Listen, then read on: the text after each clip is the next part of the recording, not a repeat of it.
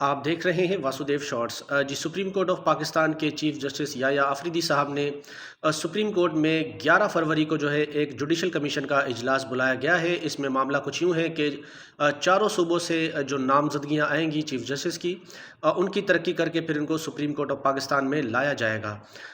इस मामले के बाद चीफ जस्टिस ऑफ पाकिस्तान से उनके चैम्बर में वज़ीर कानून आज़म नज़ीर तारड़ साहब और अटर्नी जनरल मंसूर एवान साहब और उसके साथ ही पाकिस्तान पीपल्स पार्टी के रहनुमा फारूक नाइक ने भी मुलाकात की। लेकिन एजेंडा इसका क्या है, क्या इसके मिनट्स जारी होंगे, इसके बारे में अभी कहना कबल अज़ वक्त। उसके अलावा दूसरी खबर जो शहर इक़्तिदार इस्लामाबाद के ऐवानों में चल रही है, मामला कुछ यूँ है कि हुकूमत चाहती है कि लाहौर से एक जज को इंपोर्ट कर कर इस्लामाबाद हाई कोर्ट में जज तैनात किया जाए, क्योंकि बताया जा रहा है कोर्ट रिपोर्टर्स की जानिब से कि आमिर फारूक साहब सीनियर जज हैं, चीफ जस्टिस हैं इस्लामाबाद हाई कोर्ट के।